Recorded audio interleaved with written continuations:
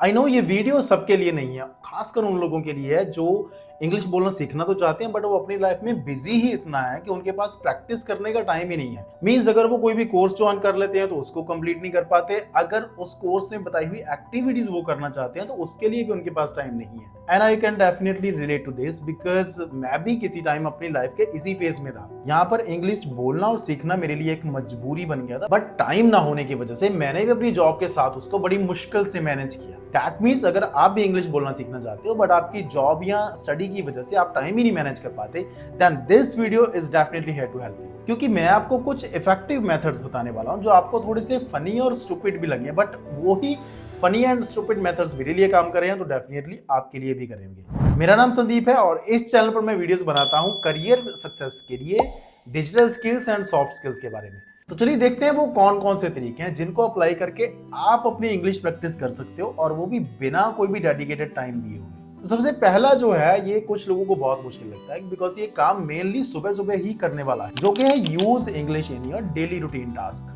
देखो हमारे कुछ दिन के टास्क होते हैं जो हम अकेले ही परफॉर्म करते हैं, जैसे जैसे सुबह उठ के ब्रश करना, तैयार होना, खाना खाना, ऑफिस जाना, ट्रैवल करना। ये सारे के सारी चीजें आपकी हेल्प कर सकती हैं। वो कैसे?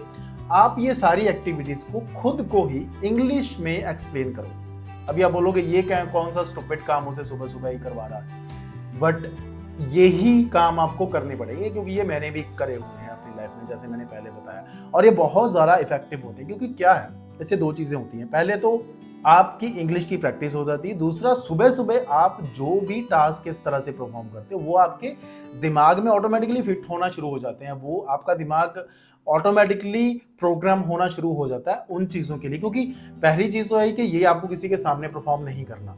मैं हमेशा ही जब आप इंग्लिश बोलने में स्ट्रगल कर रहे हो ना, इंग्लिश बोलना सीख रहे हो, तो स्ट्रेट अवे हम लोगों के सामने इंग्लिश बोलना नहीं शुरू करते। बहुत सारे मैंने देखा है टीचर्स ये बोलते हैं कि आप बोलना शुरू करो। अगर किसी के सामने बोलने का कॉन्फिडेंस ही अभी नहीं बिल्ड हुआ तो फिर कैसे बोलोगे? तो इसीलिए ये चीज़ आपने सुबह सुबह खुद से शुरू करनी है। जैसे I am brushing my teeth, और हो सकता है I am going to make my breakfast, या I am having my breakfast, I am travelling to the office. See ये एक एक दो दो सेंटेंस हैं, इनको बोलने में आपको कोई ज़्यादा टाइम नहीं लगेगा। और शुरू में अगर आप गलत भी बोलते हो देन स्टिल इट्स फाइन।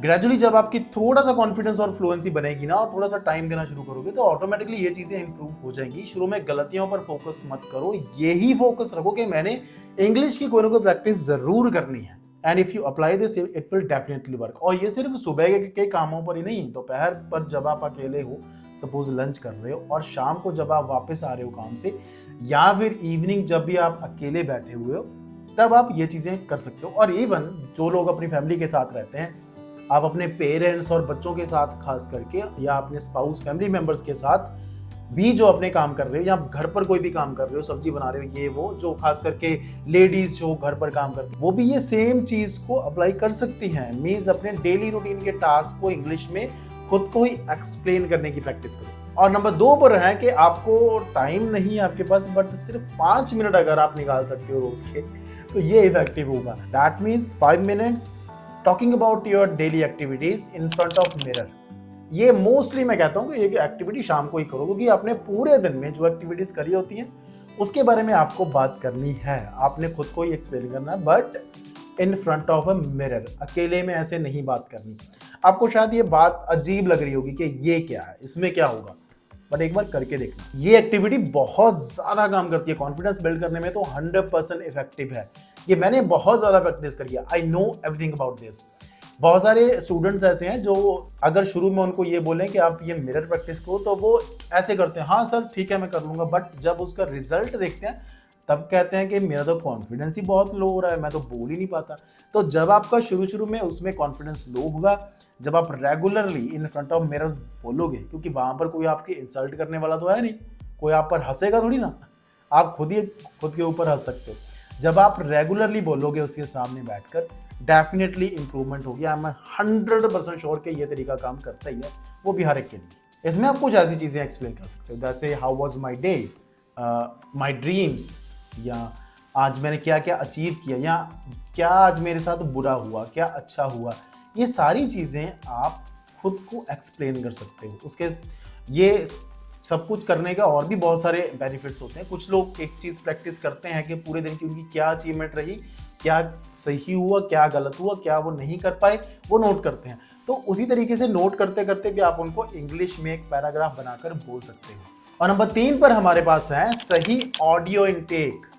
इसमें सिर्फ यही नहीं कि आप इंग्लिश मूवीज देखो, इंग्लिश सॉन्ग्स, मैं आपको ये चीज़ें नहीं कहूँगा, क्योंकि बहुत बार ऐसे होता है कि ये बस लोग शुरू करते हैं और उसका एंड कर देते हैं। आप रेगुलरली अपने हिसाब से चूज कर सकते हो, बट इंग्लिश कंटेंट कंज्यूम करना जरूरी है आपके लिए। बिकॉज हमेशा ही ये है कि इंग्लिश बोलने के लिए 80% काम लिसनिंग का होता है, सिर्फ 20% हमारा बोलने का काम होता है। And this is true. जब तक आप सही तरीके की इंग्लिश सुनोगे नहीं ना, आप बोलोगे भी नहीं। अगर आपको स्टैंड अप कॉमेडी देखना पसंद है वो इंग्लिश में देखो, अगर आपको कार्टून्स देखना पसंद है वो इंग्लिश में देखो, अगर आपको किसी भी तरह के ड्रामा, सीरियल्स, हॉरर, आप वो चीज़ें कंज्यूम कर सकते हो। और ये फ्रीली अवेलेबल है। मीन्स अपने फ्री टाइम का, चलो फ्री टाइम नहीं है, अपने ट्रैवलिंग के टाइम पर, जब भी आप खाना बना रहे हो, जब भी आप खुद को रिलैक्स कर रहे हो, तो उन चीज़ों को इंग्लिश में शिफ्ट करो। अभी शायद हो सकता है कि किसी किसी को हिंदी में चीज़ें सुनने की हैबिट है, बट ये थोड़ा सा चेंज करना पड़ेगा। ये हैबिट्स चेंज करनी पड़ती है।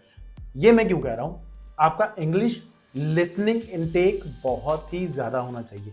मैंने तो अपनी इंग्लिश प्रैक्टिस के टाइम पर ना, जो आइल्स की लिसनिंग होती है, जो आइल्स एग्ज़ाम देते हैं बच्चे, मैंने उसकी लिसनिंग बहुत ज़्यादा सुनी है, क्योंकि उसमें अलग अलग एक्सेंट होते हैं, वो तेज़ बोलते हैं, वो डेडिकेटली इसी काम के लिए बनाई जाती है, बट वो बोरिंग भी होती है।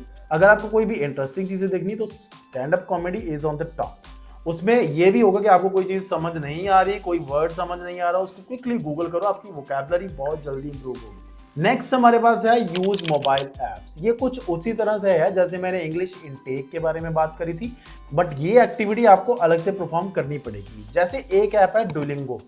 अगर आप वो सिर्फ ऐप इंस्टॉल कर लो तो वहाँ पे नोटिफिकेशंस आते रहते हैं आपको कि आप किस किस तरह से प्रैक्टिस कर सकते। एक है BBC इंग्लिश लर्निंग, वो भी थोड़ा सा एडवांस लेवल हो जाता है, बट अगर वो ऐप आप अपने फ़ोन में इंस्टॉल करके रखोगे ना, तभी भी आपको नोटिफिकेशन टाइम टू टाइम आते रहेंगे, जिसके लिए आपको ब्रेन को एक अलर्ट मिलता रहेगा कि हाँ मैंने इंग्लिश बोलना सीखना है। आप बिजी होगे तभी भी आपको ये नोटिफिकेशंस मिलते रहेंगे। मीन्स इंस्टाग्राम, फेसबुक के नोटिफिकेशन को बंद करके रखो और ऐसी ऐप के नोटिफिकेशंस को ऑन रखो। 1 फ्रेज ए डे। मुझे ये पता नहीं ये कितने लोग कर पाएंगे, बट एक फ्रेज की कोई वैल्यू नहीं समझता कोई भी ना। लोग सोचते हैं कि यार क्या ही हो जाएगा, but you don't know when you keep on doing this for each and every day you will grow like anything. Means बहुत ज्यादा काम करता है ये तरीका, क्योंकि इसमें क्या आपके ऊपर कोई भी प्रेशर नहीं है। आप जब वो एक फ्रेज एक दिन में सीखते हो ना, तो उस आपका फिर मन करता है कि नेक्स्ट डे इसको मैं कहीं ना कहीं पर यूज करूं। जैसे किसी से हालचाल कैसे पूछना है, खुद के बारे में हालचाल कैसे बताना है, खुद के बारे में बताने के बहुत सारे तरीके हैं। सबसे इजी, सिंपल और आम ही बोला जाने वाला आई एम फाइन, बट उसके अलावा और बहुत सारे बोल सकते हैं, जैसे I am doing great, how are you, I am doing great. ये फिलहाल आज के लिए यही याद कर लो। इसके अलावा रोज एक फ्रेज नया सीखो। जैसे अगर ऑफिस में किसी को ये कहना है कि मैं आपको चेक करके बताऊंगा, तो उसकी बजाय बोलो I will get back to you, I will check and get back to you. और इसके अलावा मैं रेगुलरली ना उसकी छोटी छोटी वीडियोस पोस्ट करता रहता हूँ कि आपने किसी को भी नो बोलना है तो इंग्लिश में इस तरह से बोलो, ऑफिस में ये कम्युनिकेशन करो, ये छोटे छोटे फ्रेजेस यूज करो। एक मैंने 100 फ्रेजेस की एक वीडियो भी बना रखी है, वो थोड़ी सी लेंथी वीडियो है, थोड़ी सी बोरिंग भी है, 15 मिनट के आसपास उस वीडियो की लेंथ है, बट उसको देख लेना, वो बहुत काम आएगी। बाद में उसमें से एक एक फ्रेज रोज का सीख लेना। और फिर रेगुलरली सीखने के लिए आपको चैनल तो सब्सक्राइब करने पड़ेगा, वो जरूर कर लेना। So that's it for this video now. I believe आपके काफ़ी काम आएगी ये वीडियो, और उन लोगों के साथ शेयर ज़रूर करना जो आप ही की तरह इंग्लिश बोलने के लिए स्ट्रगल कर रहे हैं। चैनल को सब्सक्राइब ज़रूर कर लेना, क्योंकि करियर ग्रोथ के लिए वीडियोस इसी चैनल पर आती ही रहेंगी, इसकी आई बिलीव आजकल हर किसी को ज़रूरत है। So I will see you in the next video. Till then keep learning, keep growing.